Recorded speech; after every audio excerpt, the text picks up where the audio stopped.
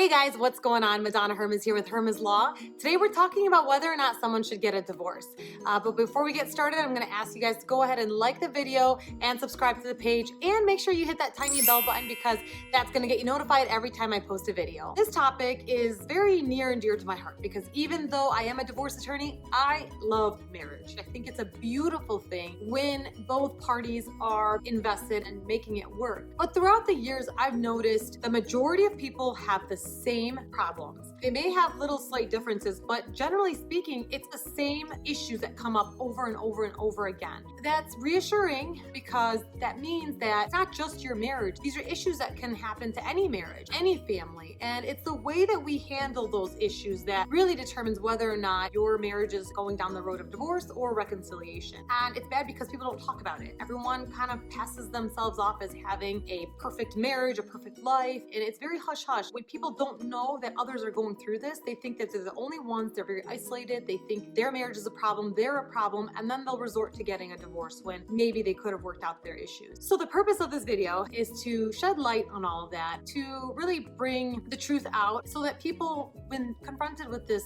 really terrible, difficult decision, can make an educated decision. A decision that's based on facts and knowledge and wisdom and all that good stuff, and then they think about it and then they come to a decision rather than feeling isolated and alone and depressed and scared and nervous and frustrated and then making a decision. A lot of attorneys think that when a potential divorce client is sitting in their chair, that must mean that they actually want the divorce. And that's simply not true.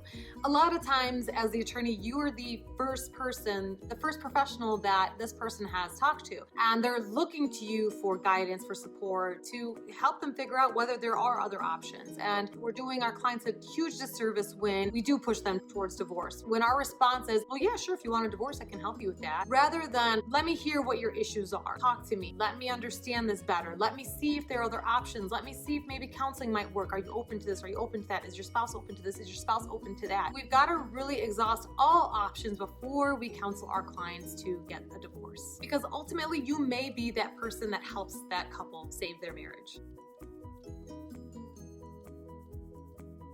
No matter what has happened, I am a firm believer that all marriages can be saved. All marriages can be loving and happy and healthy. And truthfully, I think that you're here because you want to hear that. Yes, I am a divorce attorney saying that your marriage can be repaired. See, because I love marriage. I think marriage is a beautiful thing because on a human level, it is the ultimate expression of love. The daily sacrifice that's necessary to sustain a healthy and loving relationship is quite frankly supernatural. I mean, it's the choice, the choosing to love another person for the rest of your life through the ups, the downs, the pressures, the struggles, the temptations, the unmet expectations, the disappointments, the frustrations, the anger, the hurt. It's the choice to be by this person's side forever and ever, despite all of that, despite having a choice to leave. I think that that's a testament to how beautiful love is. Like in a world where something breaks and you replace it, where there's always someone more beautiful, smarter, funner, more fun, whatever, more exciting. In a world like that, for you to choose your person, in spite of all that, is, I mean, it's inspiring. That's what love is all about. That's what marriage is all about. There's nothing worse than someone ending their marriage because they feel that they have no other choice. And you might be sitting there thinking, yeah, easy for you to say. You have no idea what I've been through. You have no idea what I go through on a daily basis. And I won't disrespect your pain and your heartache by dismissing it, by saying that I know what it feels like, because I don't. But I'm here to tell you that divorce is not always the answer to that hurt and the pain. I can't tell you how many terrible, devastating, heart-wrenching, horrible stories I've heard throughout the years. And I'm still saying that all marriages can be fixed if and only if both parties can objectively and compassionately acknowledge and confront the problems in their marriage and work towards fixing them. So regardless of the reason that you may be wondering if divorce is right for you, oftentimes people want to know if this is just a rough patch, if this is going to get better, or if this is something that's permanent. People want to know, am I justified in feeling the way that I feel? And can my marriage be saved, or is it beyond repair? A lot of times we think that an unhappy couple has only two options. One, get divorced, divorce or to stay together and be miserable together. And that's simply not true. I read that a study that was published in the Journal of Family Issues discovered that 60% of marriages that end in divorce are average marriages. There's nothing really too terrible about these marriages. They could be improved, but the parties just decided not to. And I'm thinking it's because they probably thought, this is it. This is all that this is ever going to be. It's just average or bad. This is not it for me. I want more. I want excitement, I want love. I want passion. And so they got a divorce not realizing that you can fix all of that. Let's talk about the common issues that people face in their marriages that oftentimes lead them to get a divorce. An affair. This is a big one. For a lot of people, this could be a hard and fast deal breaker. You cheat, I leave. And affairs are tough, but affairs can be healed if the adulterer, the person who cheated, is willing to let go of that relationship and work on rebuilding that trust. Now, most people don't enter into a marriage saying, I am going to cheat and I'm going to cheat often. Most of the time, it's not like that. People intend to honor their vows. They intend to remain faithful to their spouse, but something happened. People have to safeguard their marriages. I mean, there's temptation everywhere, literally everywhere. It has never been easier to cheat on your spouse. And sometimes it even comes innocently, like comes in the form of a friend. You develop this friendship with this person of the opposite sex. Then you begin sharing stories that you reserve for your spouse. You start venting about your spouse. You start getting emotionally connected to this person. And before you know it, you start having feelings for this person. I'm not saying that you can't be friends with members of the opposite sex. I'm just saying be very careful about how emotionally connected you get with a member of the opposite sex. Because when you start building these kinds of relationships with other people, you're inadvertently replacing your spouse with that person. If you ever feel that you need this connection because your spouse isn't listening to you or isn't interested in your life or isn't fulfilling a need, then now is the time to seek out counseling, to work on communication, to work on rebuilding that bond between you and your spouse. When people cheat, it's oftentimes to fill a void. They're insecure. They don't feel loved. They feel abandoned. They don't feel like they're being heard or listened to or appreciated. They don't feel like they really matter, whatever it may be. Oftentimes, people don't cheat because it's fun. They cheat because there's something missing there. Therapy can help with that. Communication is key and paramount to any successful relationship. And oftentimes, people are not speaking the same language. Now, I'm not talking about English, Spanish, Italian, Japanese, whatever. Generally, we're gonna marry someone with whom we can have a conversation.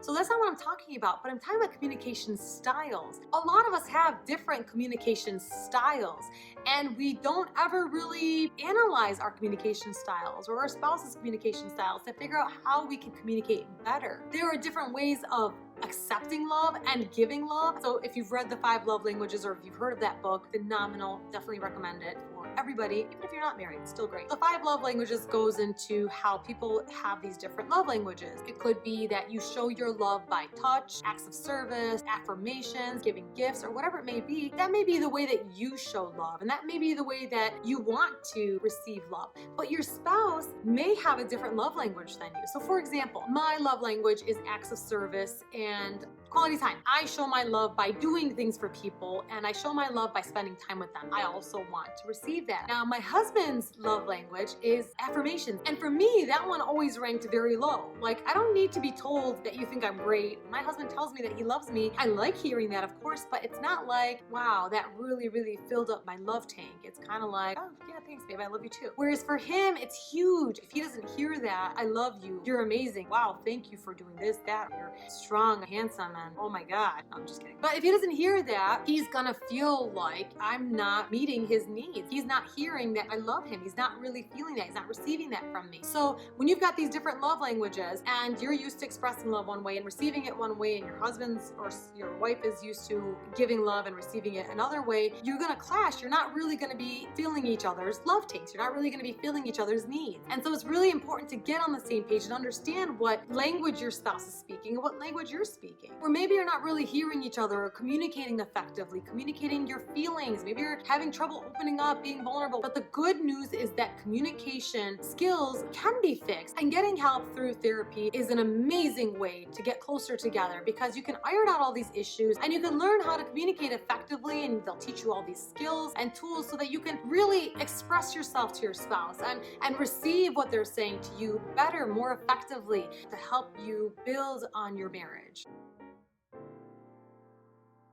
Another big one that kind of goes hand in hand with communication is you argue differently or you argue wrong. Maybe one or both of you just gets defensive or is just argumentative or just wants to be right or doesn't want to apologize or doesn't want to appear weak or doesn't want to open up, or one of you gets explosive and out of control, whatever it may be. There's a whole host of ways that people argue wrong. Ironing out those issues in therapy is extremely important, because one of the biggest indicators of whether a marriage is going to be successful or not is how you argue. And if you're arguing wrong, it could end up destroying your marriage. And so learning how to kind of cut that out at the root and fix that part could really save your marriage.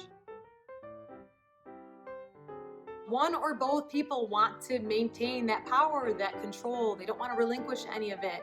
They want to be the ones to call the shots, or they don't want to be vulnerable. This is a really, really big issue that comes up a lot in people wanting to get a divorce. And again, with this one, therapy is the answer. Oftentimes people feel that way because they've got underlying maybe self-esteem issues, or maybe something happened in his or her childhood, or maybe there's some anxiety or depression going on that, that can be potentially resolved through therapy.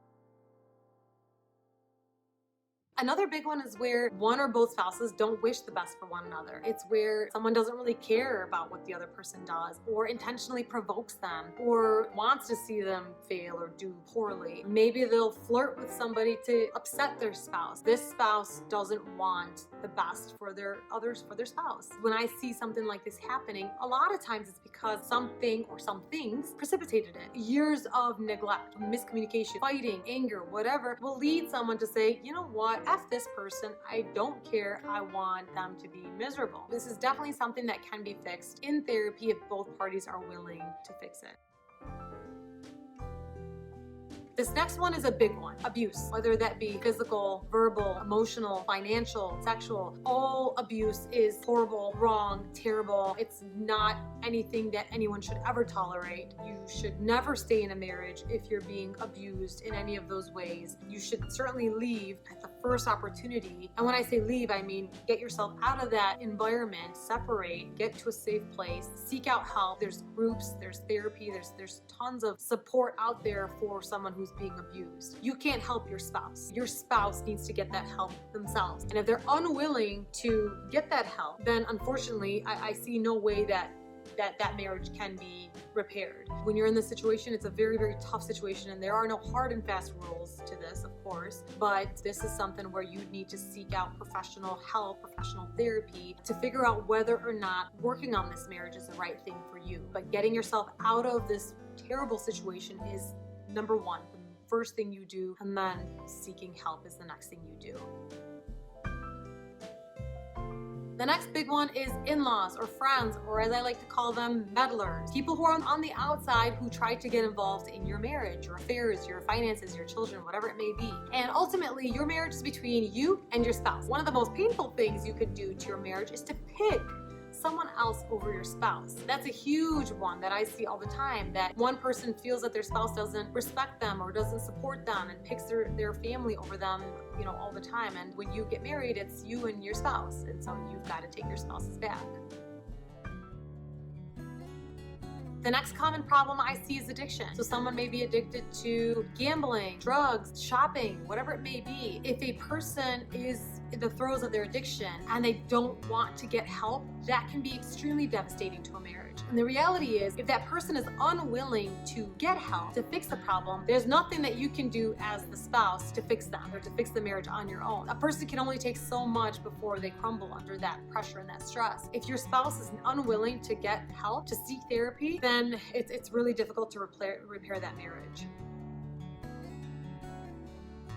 Another common issue is money problems. And here, oftentimes people are just not on the same page. Maybe one person is a spender and one person is a saver, or one person has a shopping addiction, or one person likes to use credit cards, or one person's hiding money, or got a hidden credit card or separate accounts. These all fall under the umbrella of money problems. Now, money has a huge influence on our lives, whether we want to acknowledge it or not. Those people that say money won't make you happy, like, yeah, right, okay. Money definitely makes things a lot easier. It makes it a lot easier to be happy when you've got money. Okay, I'm sorry, whoever doesn't agree with me can kick rocks. It's not everything, but it's really important. And so when you're not on the same page with something that important, it can be a it can be really devastating to the marriage. It still surprises me to this day that in so many marriages, people have no idea how much money their spouse has, how much money they're making, what bank accounts they have, what's in their bank accounts. What I think is just insane is the fact that people promise to love one another fully, to give of themselves fully to that other person, to be there through the ups and downs, for richer, for poorer, and to share everything, to have kids with one another, to be together till the end of time. But then it's like, oh wait, you want to know about my money?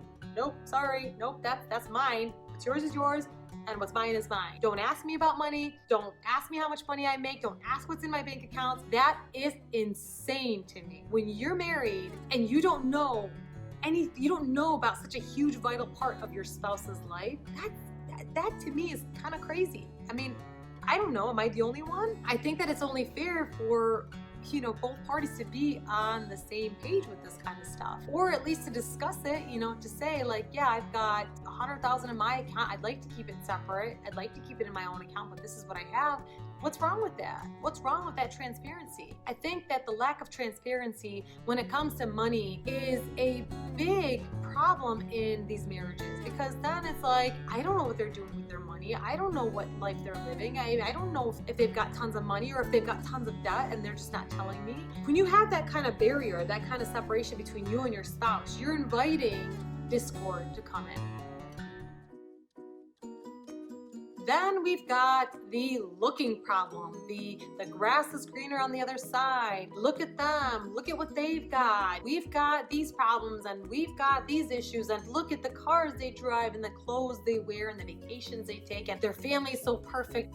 Most families are not perfect. The grass is not greener on the other side. Most married couples have problems. Most people do not have perfect, pristine lives. Let's get all that out there, because I think that, especially with the rise of social media, it looks like everyone's living these perfect lives. They're so happy. And maybe parts of their life is wonderful and beautiful and loving, but maybe there are parts that aren't, right? No one's perfect. No one's got a perfect marriage. No one's got a perfect life. And so if you're the kind of person that's focused on other people's marriages, other people's lives, other people's families, you're just going to be extremely negative about your own. You're going to be depressed about your own. You're not going to appreciate what you have. That desire to just look and compare is really destructive to a marriage. Learn to love who you're with, learn to love your life and what you've been given. And if you don't like it, then do something to fix it, right? And I don't mean fix it like leave and go find someone else, because you're always going to have problems. So work on fixing your marriage, work on fixing your life. If you're unhappy with yourself or